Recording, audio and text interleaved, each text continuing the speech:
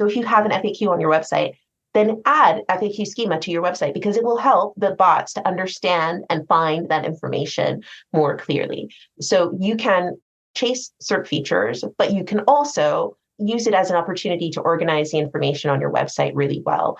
And this is particularly important if you're thinking about entity management and if you're like a business that has a knowledge panel and a knowledge graph and things like that, because schema also helps you to define and identify entities across your website, which can help you to have more of this sort of a rich SERP understanding from Google.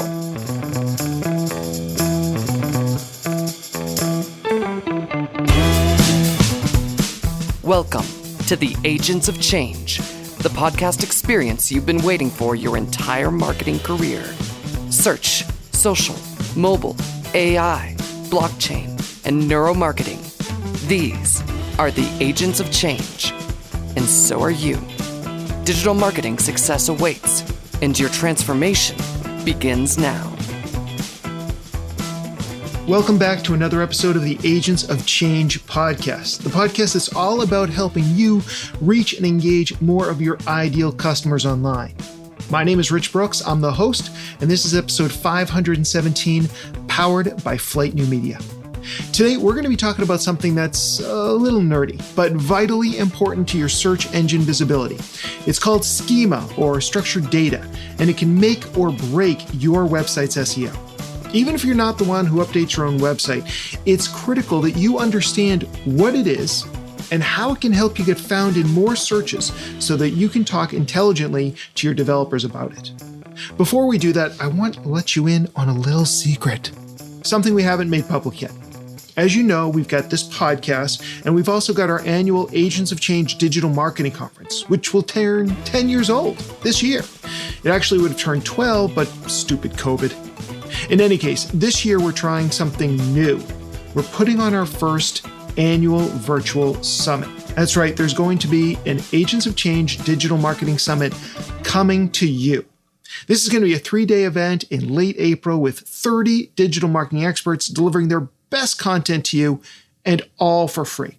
You can watch every single session at absolutely no cost. Now, of course, we'll have upsells for things like on-demand recording, transcripts, and other bonuses, but we wanted to create an event that anyone interested in improving their digital marketing skills could attend without having to spend a dime. Now, we haven't yet opened registration yet. In fact, we haven't even opened up pre-registration. All I can tell you right now is that if you're interested, make sure that you're signed up for our email newsletter, which you can do at our website, theagentsofchange.com. That's the best way for you to get an early invite. And there's going to be bonuses for early signups. I'm very excited and not a little bit nervous about putting on my first virtual summit. Actually, I did put on a smaller 2-day virtual summit for a brand I've since retired called Fast Forward Maine, which was supposed to be an in-person event, but it was scheduled for March of 2020. And you know what happened there. In any case, I'm really looking forward to our summit, and I'd love to have you involved. I'd love to have you in attendance, so stay tuned for more information. But for now, let's discover the secret sauce of SEO called schema. My guest today is the head of SEO communications at Wix. She is an SEO and digital marketing professional with over 15 years experience working with SEO and marketing clients around the world like Disney, McDonald's, Tommy, and more. As an SEO, she identifies and implements tactics that help businesses optimize digital activity, drive sales, engagement, and growth online. She's contributed to events, webinars, and publications from Google Search Central, Brighton SEO, Moz, Whitespark, Local Search Summit, SEMrush, whatever. It's all the same thing. SMX, Search Engine Land, Lumar, Women in Tech SEO, and so much more. And today, she's here to give us the 411 on schema so that you can drive more qualified traffic to your website. So please welcome Crystal Carter. Crystal, welcome to the podcast. Thank you so much for that fantastic introduction. I also like the shout out to the 411, which is throwback to the. Do people still use 411? Are they still doing it? I think they only say 411. They say it. Like people say video and they don't actually mean a video cassette. Like they mean video, like watching a video. But I remember having to do tracking on the Blockbuster video and having to rewind it. Be Kind Rewind. obviously. Wow, I would not have guessed that you are old enough to remember that, but that's absolutely true for sure. And I still say things like audiobooks or I'm sorry, I say books on tape instead of audiobooks because yeah, I used to literally put cassette tapes in my car and listen to inspirational conversations while I drove around as a salesperson in my previous life. So there you go. That's good. All right. So first off, you have like the best superhero alter ego name ever, right up there with Clark Kent and Peter Parker. Do you hear that a lot, or am I just a super nerd? I do get told that I have a good name. I did not. It's not much of my doing. So obviously, my mom and dad gave me the name Crystal. I married into Carter. But the best thing about it, or one of the best things about it, is that I am also Mrs. Carter. So when I went to see Beyonce, they said, "Hey, Mrs. Carter," and I was like, "It's me." It's obviously not me. It's the other Mrs. Carter, who's much more famous. But there we go. So far. Yeah. And then, of course, I'm also a Marvel Comics geek. So then I think of Agent Carter, and this is the Agents of Change. So you're my Agent Carter, as far as I'm concerned. Oh, I'll take that too. Yeah, I'll have that one as well. So for people who are listening who really don't know a lot about schema, how do you describe it, and what does it mean to a website's search engine optimization? Okay, so schema is kind of the name that everybody uses. SEOs will call it schema when we mean structured data, and it might be schema markup. It might also be the schema markup comes from schema.org. It's basically schema.org. They set the library of all of the stuff that we use to categorize the things on a website. So essentially what you would do is on your about page, for instance, is a good one. On your about page, you might have on your website, you might have something like, "Hello, this is Crystal Carter Incorporated, and we sell mixtapes, right? Inspirational mixtapes, and we are based in Wisconsin, and we were founded in 1997 or something, whatever it is." So you might have a lovely paragraph, lots of things written on your website, lots of pictures and stuff on your website that are written of sort of qualitative information. And essentially, what schema markup does is it gives criteria and definitions for structuring data, right? Now, structuring data is essentially like headers on your website when you make something into an H1 or an H2, if you're doing SEO formatting, or if you put something in a bullet list, or let's say, to put it another way, if you were to organize your sock drawer, you have your socks and they're everywhere. When you pair them up, you're structuring that data, right? So you're structuring that.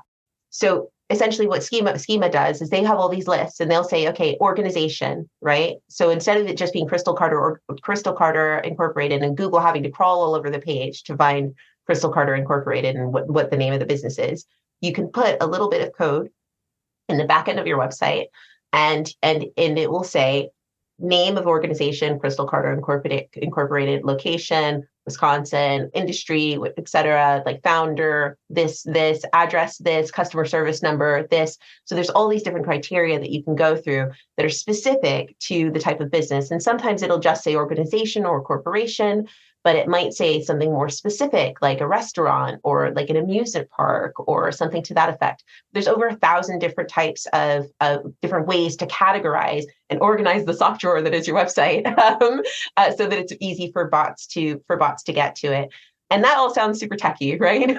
So I'm sure that there's a lot of content folks and a lot of people who are like, I just want to grow my website, who are tuning out to hearing all of that. But the thing that it does is that it gives you access to certain parts of the SERP, right? It gives you certain access to certain parts of Google that you cannot get to if you don't have it.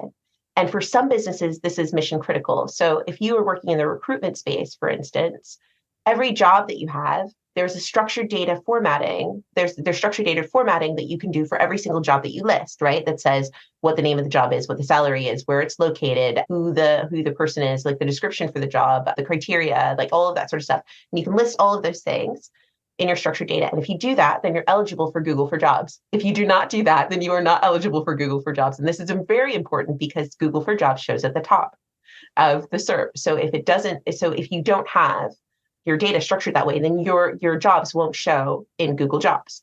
They won't show there at all. Similarly with recipes, if you don't structure your recipe page using structured data, then your recipe cards won't show in the recipe carousel when people look up a chocolate cake. So they'll look up chocolate cake and they'll see all these fantastic little cards that have like a pre-roll video, and they've got stars, and they've got the name of the delicious chocolate cake and all of that sort of stuff. And it looks great. It's really easy to click on a mobile. But if yours is all the way down the bottom, or even third on the or first even on just the plain link, it doesn't have structured data, then it won't show in those carousels, and you're less likely to get clicks through to your website. So it's a little bit of code and a little bit of organizing that you can do on your website to help you get access to some of these like super fun features, including Google Shopping and lots of other things as well. And they're constantly adding more and more elements to the mix of things that they're giving high priority in terms of structured data.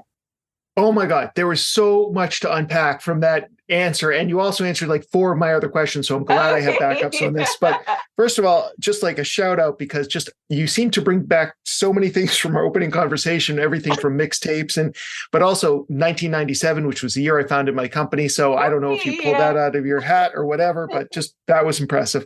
What I hear you saying for the layperson is that schema or structured data is an agreed upon language that helps search engines decipher what's on our page. We're making it simpler for Google and other search engines to get the information they need to put it in front of the people that we want to get in front of.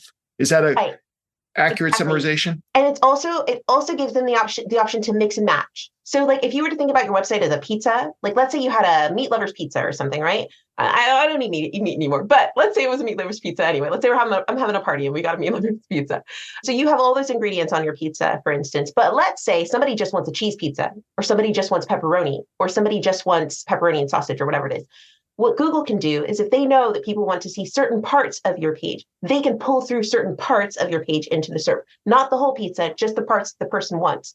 And that means that gives them more flexibility with what they want to do. It also gives them more flexibility with when they want to change or enhance some of those SERP features, because they've told everyone this is the criteria. If you want in, like on the recipe cards, this is what you got to do. And they're very clear. There's a section of their website, Rich Results Gallery, that where they tell you all of the things that you need to do in order to be eligible for different parts of these SERP features, these Rich Results cards. And you can pick and you can opt into and add as much information as you can in order to be eligible for those things. So yeah, it's super useful for them. It essentially turns your website into like a spreadsheet. Essentially, I very often describe it as sort of spreadsheetifying your website, and it saves them. I think they started with recipes. Is interesting. So they started with recipes, and if anybody remembers recipe websites in the sort of early 2000s or like early 2010s or whatever, they'd all start with like a 400-word essay about, walking through the park on a lovely autumn eve before they got to the pumpkin spice latte or whatever at the bottom. And they started with recipes because nobody wanted to wade through all of that. People just wanted the recipe. So they started with the recipe that just pulls out the actual information that you need and doesn't mean that you have to wade through all of that stuff to get to the good part. As somebody who often turns to the internet for recipes, they're still doing that. But yes, at least now they have jumped to recipe features. So that, at least that's helpful as well. I also want to compliment you. My team makes fun of me because I use metaphors to explain everything, but you're doing a great job between socks and pizza. I think everybody's following along. So that's great. What are some of the most common used schema markup types that websites should implement? So generally speaking, there's a couple ways to do this. You can be a feature chaser, which is essentially there's as I said, there's the Rich Results Gallery, and there are lots of different rich results that are eligible only via rich results, or only by schema markup. Sorry. And essentially, you can use those like for recipes, for instance, or products, or FAQ was one that SEOs did to death, and then it went a bit askew. Job posting, events as well. Those are all super useful. Video markup is also really, really important as well. And these are things that really help you to get right in front of customers. And there's something that Google put a lot of emphasis on. Events are really important, particularly if you're in the event space. And some of these are ones that are fairly simple to implement if you have it built into your structure. Like these are things that you can build into the framework of your website. So at Wix, for instance, we've built some of these into the frameworks of our website. So all of our blogs have a standardized blogging schema markup. all of the, if you make an event on Wix using Wix events, then they all have that. All our Wix products, they all have a schema markup that will give you certain things. And the product one I bring up in particular because within that, we built our schema and to the spec of Google's expectations, right? And they're in order to get a rich result for a product, they said you have to have schema markup for the first image, but we also built in schema markup for the additional images. And then after we built this initially, Google said, oh, we will also include these additional images later on. And that's the other thing that you can do with schema. So with schema, with structured data, you can look at the features and go just for the features. And that's a great place to start, particularly if you are in a space where you're seeing everybody else doing it, right? Everybody else is doing it and you're not doing it. And if that's the case, then you should definitely do those first. But it's also important to look at the things that give Googlebot, give other search engines, because Bing are using this, all of the other search engines are doing this as well, because they all helped build schema.org. But if you're looking at this and you're like, oh, there's actually some more information that we can use to some more schema that we can use to illustrate the information on our page, then you should, right? If it helps with the information, then you should. So for instance, FAQ schema used to give you a lot of space on Google. So you'd like, oh, what are the top things about schema and what else should I know and all that sort of stuff. And people would have loads of these FAQs all over Google. And then Google said, whoa. SEOs, you're having too much fun with this. We're only going to use FAQs for very important, very official websites, like, I don't know, the government or like the CDC, et cetera, et cetera. So now people are saying, oh no, we shouldn't use FAQs. They've deprecated them. They don't exist anymore. I'm like, no, that's not exactly the case. They're saying they won't necessarily show them. That doesn't mean that they're not going to read them. So to my mind, if you have information on your website that would benefit from clear structuring of that information using schema like an FAQ. So if you have an FAQ on your website, then add FAQ schema to your website because it will help the bots to understand and find that information more clearly. So you can chase SERP features, but you can also use it as an opportunity to organize the information on your website really well. And this is particularly important if you're thinking about entity management and if you're like a business that has a knowledge panel and a knowledge graph and things like that, because schema also helps you to define and identify entities across your website, which can help you to have more of the sort of a rich SERP understanding from Google. God, there's still, every time you give an answer, there's like so much to unpack. It's just so rich. I love it. So from what I'm hearing, it sounds like that there's good reasons to do schema anyways to help the search engines understand it. Sometimes you get the added benefit of getting into featured snippets that you wouldn't have. Google may have deprecated them, but we also, for those of us who've been around long enough, we also know that Google sometimes gives, sometimes it takes away, and then it brings something back.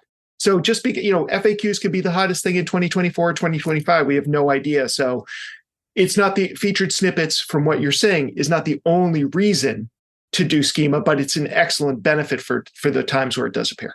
So I should just clear something up just slightly. Featured snippets and rich results are not exactly the same thing. People use them interchangeably a lot, I know, but I just want to clear up because I've been flagged on it as well because I used to use them interchangeably, So featured snippets come from a different type of structured data. So featured snippets come from like bullet points and headers and tables and things like that. And featured snippets sometimes include content that has been identified in structured data, like images in particular. So I've seen it where I've added image structured data to a blog and seen us do better on featured snippets, for instance. But featured snippets and rich results are slightly different. Although rich results are sometimes referred to as rich snippets. So it all gets very confusing. But I just wanted to just make that just a little bit clear. But I also totally agree with you on like giveth and taketh away, because forums used to be a big thing like way back in the day. And now they're saying, oh, forums are big. And then before they sort of faded away and I think they've recently been talking about bringing RSS back, which I'm really excited about because I love RSS. And so there's lots of things around there. You have been doing this for a while. It's true. Nobody else loves RSS but me. No, I mean, but I remember it was the next big thing, and then it's still important, but it's kind of under the radar. is what I feel when it comes to RSS. Thank you for the clarification. That actually was really helpful. So one of the things that I know is important to SEO, or at least Google tells us, is page speed. And I guess part of me is concerned about if we're adding all the schema indiscriminately, seemingly, to all of our pages on the website, do we need to worry about code bloat? Do we need to worry about page speed? And if so, are there ways to minimize that impact? Yeah, so this is something that you should consider. And I think it'll depend on your configuration, obviously. So it depends on where your schema is implemented and where whether or not your server side rendered or client side rendered or like all of that sort of stuff.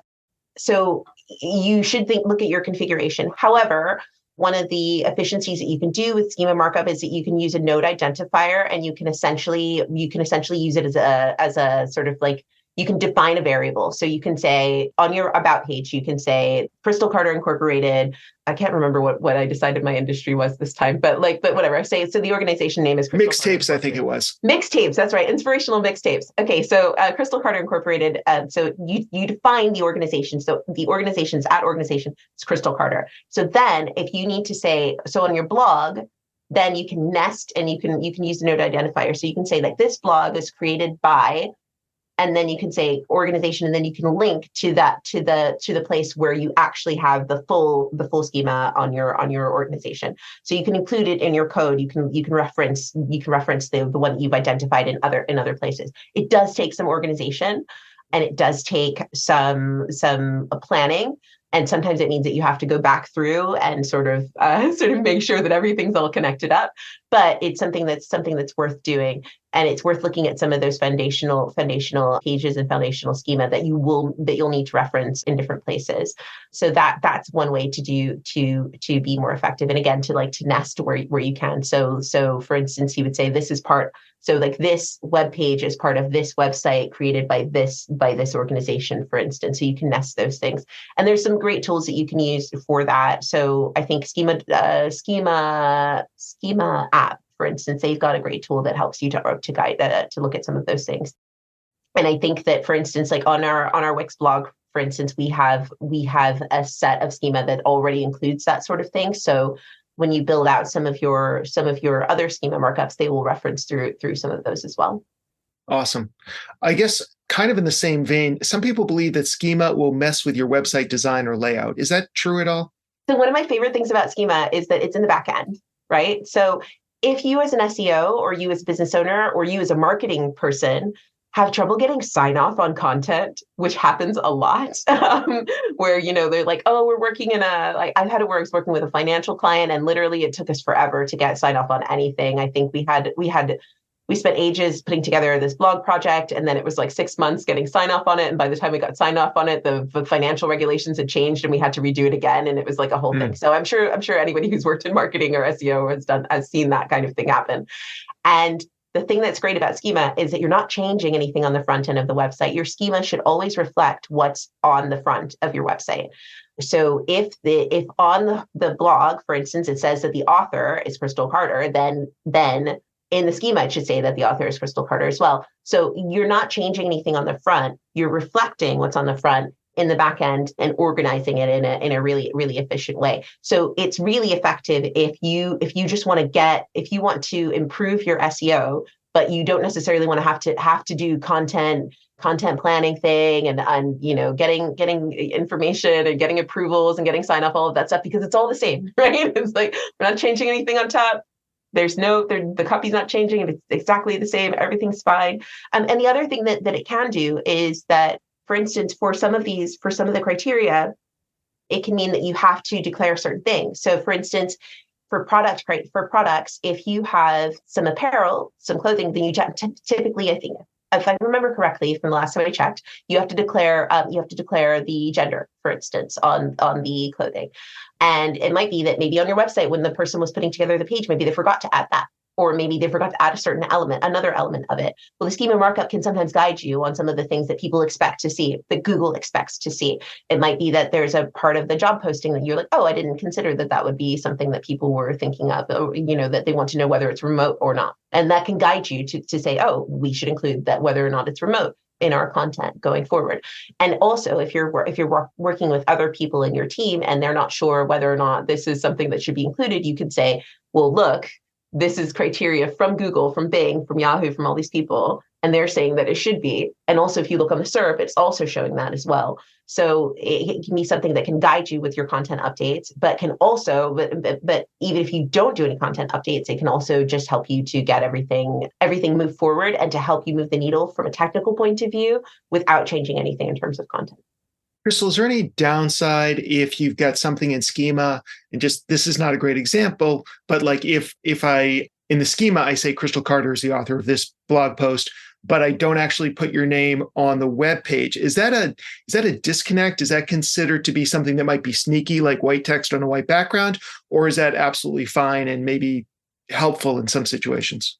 I think that for some, particularly for things that are front of mind in terms of the schema markup. So when you're looking at the rich results gallery, when you're looking at Google's criteria for certain schema markup, they will have required and they will have recommended a schema. For instance, I have an article on structured data validation, because one of the things that we get from clients sometimes is people going, oh, I have this yellow warning and it's saying, oh no, I haven't included the SKU. And I'm like, yeah, but you don't have SKUs because you make handmade candles. So you don't have SKUs on your candles because you made them in your kitchen or whatever. Like so that's recommended. It's not required. So the required ones, you should probably have those on your page from both a trust point of view, but also from a Google point of view, so that they can crawl them, so they reflect them. I would say that it's probably best practice to have it on the page for things like that. And I would say author probably goes to that point. But at the same time, for instance, like for image markup, if you have an image on your blog, and this is one that I didn't know, and I actually spoke to somebody else, and they were like, oh, I didn't realize that either. So I'm going to share it here. And basically, for your images, when you have schema markup, when you have rich results eligible content with schema markup, it shows up in Google Search Console, and you can see it in your enhancements reports. So you can see jobs, breadcrumbs, you can see other things as well, products, for instance, and videos as well. But I was looking at the rich results gallery, just hanging out as I do, and it said you can also see images. And I was like, no, you can't. And they were like, yeah, you can. You just have to declare who the creator is. And so I was like, okay, well, I'm going to have a go. I'm going to see if I can do that. And well, all of the blogs on the Wix blog on the Wix SEO hub, they're all made by us. So it said creator, Wix. And I did this and I saw an immediate 15% uptick in our image performance across Google. And we also saw that all of them were showing up as rich results in the thing. And that's all great. Now, we don't have on the blog, we don't necessarily have like, this is created by Wix. It's pretty obvious that it's created by Wix. It's our blog. So I think that that's a pretty low level one. That's not a huge big deal. But I think in terms of the author one, that's important. If you have the author on the page and you have the author in the schema markup, those two should line up. And I would also say for any of the required structured data things, particularly for rich results, I would absolutely have those on the page. And then I think for the other ones, I take a view, I see how you perform. It's always worth testing these things, but generally speaking, everything that's in your schema should be on the page. I wouldn't say that if you didn't have it on it was as bad as white text, like on a white background. I don't think it's that bad, but Google has a lot of emphasis on expertise, authority, and trust and experience as well. And I think it can be seen as also as a sort of trust signal if it's not on the page as well. All right. You mentioned that Wix has a lot of these schema tools built in to help guide your users. And Wix is a huge user base, but obviously not everybody's on a Wix site. For those people who aren't, how do we actually get the schema onto our pages? Like, a lot of people on WordPress or Squarespace, do you know if there are tools for those ones? Or even if they're not on those, like, do you hand code them into the pages? What do you recommend for those people not lucky enough to be on Wix? Okay, so first of all, you probably should be, but but second of all, so your structured data, there's a couple of ways to do structured data via code, and you can do it in your HTML is one way to do it. You can also use syntax to sort of make it dynamic. But yeah, generally speaking, particularly if you're using JSON LD, you can add it into your HTML of your page, depending on how the rest of your web page is configured. There are some apps that help you do this as well. So look for those if you need to. But I would also say that it's worth checking those and making sure that everything works well for you. There are some great tools to help you generate structured data as well. I mention, so in my article, structured data validation, I mention a few that help you to validate them, because that's the other thing, is that you need to validate your structured data to make sure that it's parsable which means that the machines can even read it, right? That the code is even valid. And you also need to validate it to make sure that Google's happy with it as well, and that the other folks are happy with it. And this can be a bit confusing for people because sometimes you can run it through Google's rich results test and not see the schema that you've put on your page. And then people will go, oh no, it's not there. I'm like, it is there. It's just Google only shows you the ones that give you rich results, and not every single type of schema gives you a rich result. So it's important to validate it a few things. The schema.org has a fantastic collection of, well, obviously they have information on all of the schema that they have, but they also have a lot of examples. So if you go to schema.org and you type in type of business or type of schema that you're looking for, if you scroll all the way down to the bottom, they'll show you examples of the JSON LD code. They'll also show you examples of like microdata. And I have worked on clients who have used microdata as well. And that's a different type of code that sits in a different part of the website. And that can sort of help you. That can also help you in certain cases. Microdata is seen as not necessarily less good, but not necessarily the favored type of schema markup. JSON LD is the sort of favored one, but they're both valid. I've seen them both work well. So JSON LD is the best one. But basically, I would say go to schema.org, have a look at some of the examples, and then get into sort of figuring out how to validate. I love writing schema. It's super fun. And you can use some of the tools there as well. What I would also hazard against is ChatGPT is fine if you know what you're doing. And it's fine for checking things. If you know nothing about schema markup, don't use it by itself, because it will make things up.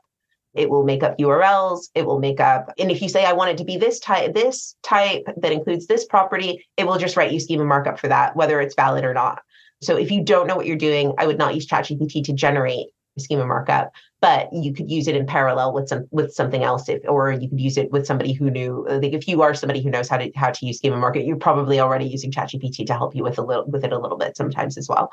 But yeah, once you get it, then you can add it into your HTML and then you're away.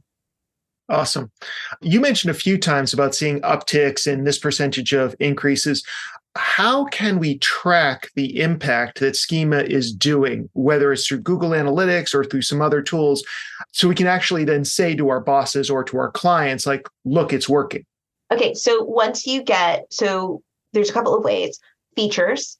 So for instance, if the goal of the schema markup is to get visibility on a rich result, like say job postings, or on videos, or on other schema markup recipe cards or whatever it may be, then you can see whether or not you're getting those results. You can see whether or not you're getting those rich results in Google Search Console. It will tell you. And if you look at other search tools, I use SEMrush a lot. You called it SEMrush. I remember that too. It makes more sense if you really think about it.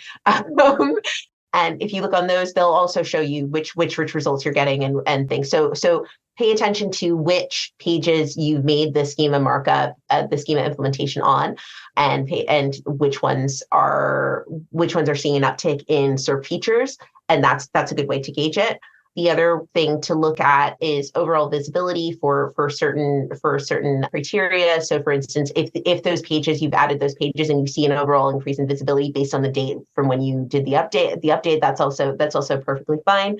And also you can also see in Google Search Console on the enhancements report, you can see how many are valid, how many are coming through, and all of that sort of stuff, which percentage of pages are getting that kind of traffic.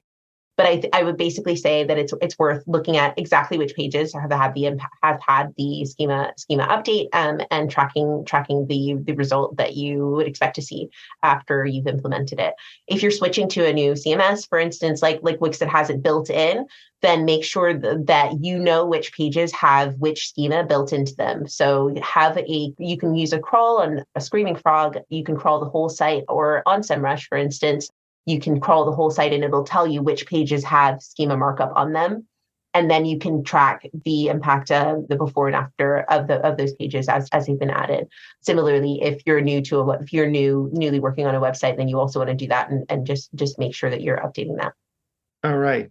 You mentioned AI briefly with ChatGPT, and just the other day I was having a conversation and somebody mentioned that GSE, that generative search experience, because of this, schema is going to play an even bigger role moving forward. Have you heard this? Do you know if there's any truth to that? So I think that this has to do with entities. So schema is something that helps you to define the entities on your website. And you're not sure what entities are, Google sort of defines them as things and strings. So sort of named objects are entities. So like I am an entity, you are an entity, an airplane is an entity, an owl is an entity, like the Statue of Liberty is an entity, all of those sorts of things. But also like blogging, for instance, is an entity. And you'll notice these things when you Google them. They have like a knowledge panel, they'll have like lots of information about them and things like that. LLMs, large language models, they work with their understanding of entity and their understandings of entities and their understandings of language. Therefore, having a stronger understanding of your brand entity via schema markup, having a stronger outline of your brand entity and the entities on your website can help with making sure that the LLMs are able to understand your website. So for instance, I entered into like an AI tool the summary for the Barbie movie. And the summary for the Barbie movie is like Barbie and Ken go on an adventure to human land or something. I can't remember exactly what it is. And I took that and I ran it through an AI tool. And the AI tool pulled out the entities from it. And they pulled out Barbie and they pulled out Ken. And under that, they categorized those entities. And they said Barbie is a fashion doll, right? Now, in the summary, it doesn't say Barbie the doll. It doesn't say Barbie the toy. It doesn't say anything about toys or dolls or any of that. But they understand that the entity of Barbie, and particularly with the proximity to Ken, is related to Barbie the fashion doll. Now, then I went to ChatGPT and I said, hey, ChatGPT, what is a good fashion doll? And they said, Barbie. Barbie is a great fashion doll. It was the first thing they thought of, right? Similarly, our Wix brand entity is associated to website building. If you go in, we're a cloud-based website builder. That's what it says on our Wikipedia. That's what it says on our thing. And if you go and you type into ChatGPT, what's a good cloud-based web builder? What's a good web builder? We will show up on the list because they have a good understanding of what our brand entity is. So if these LLMs have a good understanding of what your entity is because you have a good understanding of what your entity is, then you will perform better with some of these tools. And I think that it's something that people should think about. I was on a discussion the other day, and it was for a website. I won't say the name, but we talked about it on the other one. But the website was somebody who sold adult toys, and they were having trouble with safe search. And they were like, we can't figure out why we have trouble with safe search. Then they looked up their entity, and on Wikipedia, it said that their industry was adult toys. And then I looked up some of their competitors, and none of their competitors had this in their entity. Like none of their competitors had this on their Wikipedia page. One of their competitors had it as retail. Another one had it as a manufacturer, right? And so Google's understanding their entity and adjusting the SERP accordingly. So think very carefully about your entity, about what's on Wikidata, what's on Wikipedia, what's on what Google understands from your blog, from your other things. And even for smaller businesses, one of the things I've seen really frequently is where people will have a blog and the blog is all over the place.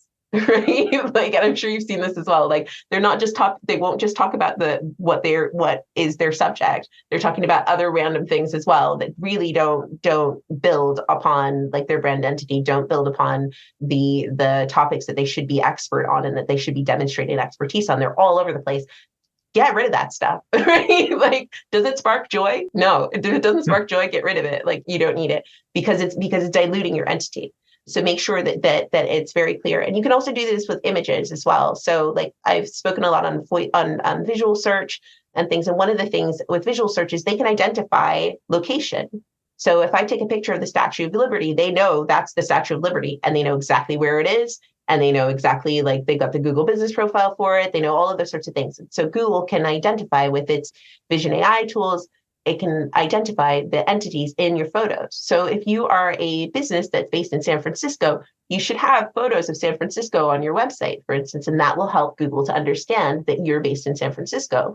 And these are things that you can be thinking about on lots of different levels. And again, you can also articulate that in your structured data. You can say, this is an image description, like Golden Gate Bridge, right? And you can say, this is our shop in San Francisco. Here's the address in San Francisco. Here are the things. So there's lots of ways that you can use the structured data to help verify your entity and to help solidify your digital presence. That was incredible. I feel like on some level, we're just scratching the surface, but that you provided so much value and so much insight. And there's like a million things I want to get done right now as soon as we get off this call. Crystal, this was fantastic. Where can we send people who want to learn more about you or learn more about Wix? So I am one of the writers. I'm one of the guiding people around the Wix SEO Learning Hub. We have some fantastic articles, webinars, and we do a weekly podcast as well. I mean, after you've listened to like all of the other podcasts in this podcast collection as well. And I've got a great article on structured data validation there. So check me out there. I'm on LinkedIn. And I'm on Twitter. Those are my two most active channels. So do find me there. And if you want to chat schema like all the time, anytime, it's my favorite thing because I'm just that much fun. All right, awesome. We'll have all those links in the show notes as always. And Crystal, really, thank you so much for coming by today and sharing your expertise. Thank you for having me. It's been great. Thanks. Lot of great information from Crystal. Some of it really easy to understand. Some of it may be a little bit dense. Maybe you want a second listen, or maybe you want a transcript of our interview, or even just the takeaway notes. Well, you can find them all at theagentsofchange.com/517, along with all of Crystal's contact information, so you can check out more about her as well. There was, like I said, lots of great stuff in this interview, and you can be sure that I handed this off to both my lead developer and my digital marketing manager here at Flight New Media so we could make sure we're staying on top of this, both for ourselves as well as our clients. It's important to recognize that the only way to grow is through change. While we've done schema work over the years, after interviewing Crystal, I realized that we really need to be implementing it into every single website and staying on top of the changes in structured data as well, if we want to stay on top of our game and continue to provide value for our clients, because that's what it takes to be an agent of change. Don't miss another thrilling episode of the Agents of Change podcast. Be sure to subscribe on your favorite podcasting platform.